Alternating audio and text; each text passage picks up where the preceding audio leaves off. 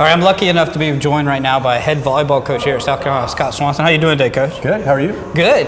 All right, Gamecock Club. I know, I asked you, to send something in about the Game Club, how much it means to your program. It's great stuff. But just what does it mean to the volleyball program here at South Carolina? I think it's huge, the generosity that the Gamecock Club shows, not only for facilities, but the way we can travel, just the academic support that our athletes get. I mean, it's all inclusive. Yeah. And, we try to make sure that our athletes understand how important that Gamecock Club is and appreciate the fact that we get a lot more than most schools around the country.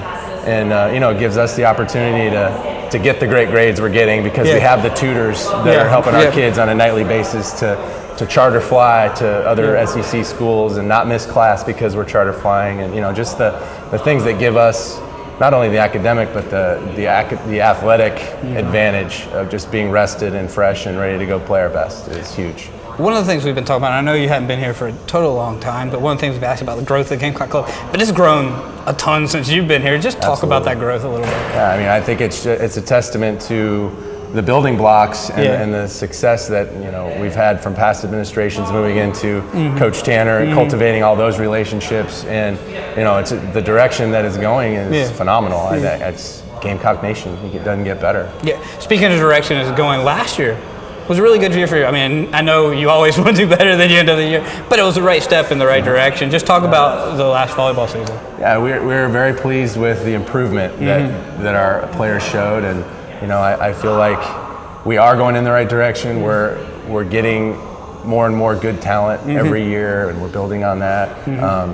Now this coming year, we finally have some experienced talent. We're going to have some juniors and seniors that have been on the battlefield, and they understand what it takes to win at the SEC level. And God willing, if we don't have the injuries that we had last year, we have a 20-win season. So we're looking forward to next year, and this is kind of our year. We're talking about hey, we have a shot to go to the NCAA Tournament. We have a shot to win more SEC matches than we've ever done before, and last year we won more since the 2008 season. It's the most we've ever won since 2008. So it is getting better, but we're not satisfied with just being in the middle. We want to be up in the top 3 or 4, and we want to be going to the tournament every year. It's got to be a foregone conclusion that we're going to the NCAAs. And so our standards are set pretty high, but we've been patient in the building process, and now I think it's time.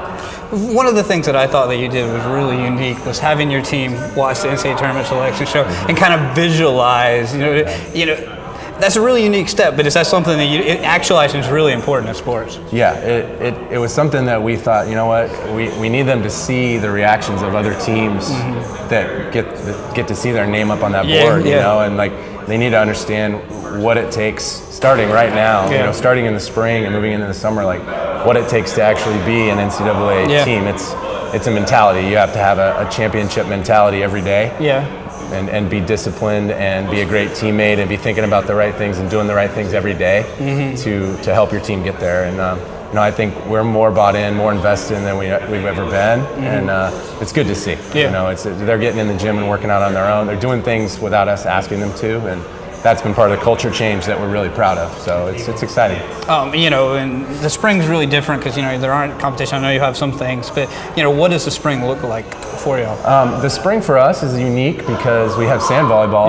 We have 5 players that are crossing over and doing both, and so we actually reverse our spring cycle where we start in 20-hour team practices in January. So we're training 3 days a week together. The sand kids are doing Tuesday, Thursday on the beach, and Monday, Wednesday, Friday indoor. And in fact, we go play at Jacksonville Sunday this weekend with our whole indoor team. We go get one of those early competitions in, and following weekend we're at home, and then the last weekend, actually President's Day weekend, Valentine's Day, we play at Florida State against LSU and Florida State. So we do 3 weekends in a row, and then our crossover sand kids go sand only for the rest of the spring. And our indoor kids go into their individuals where they're training, they're lifting, they're running, and they're doing individual workouts with the coaches for the rest of the spring. So it worked well last year. We're going to follow that same model and try to keep our kids healthy and get them strong and train them up. Well, we're looking forward to 2015. Thanks for your time, Coach. Thank you. Appreciate it.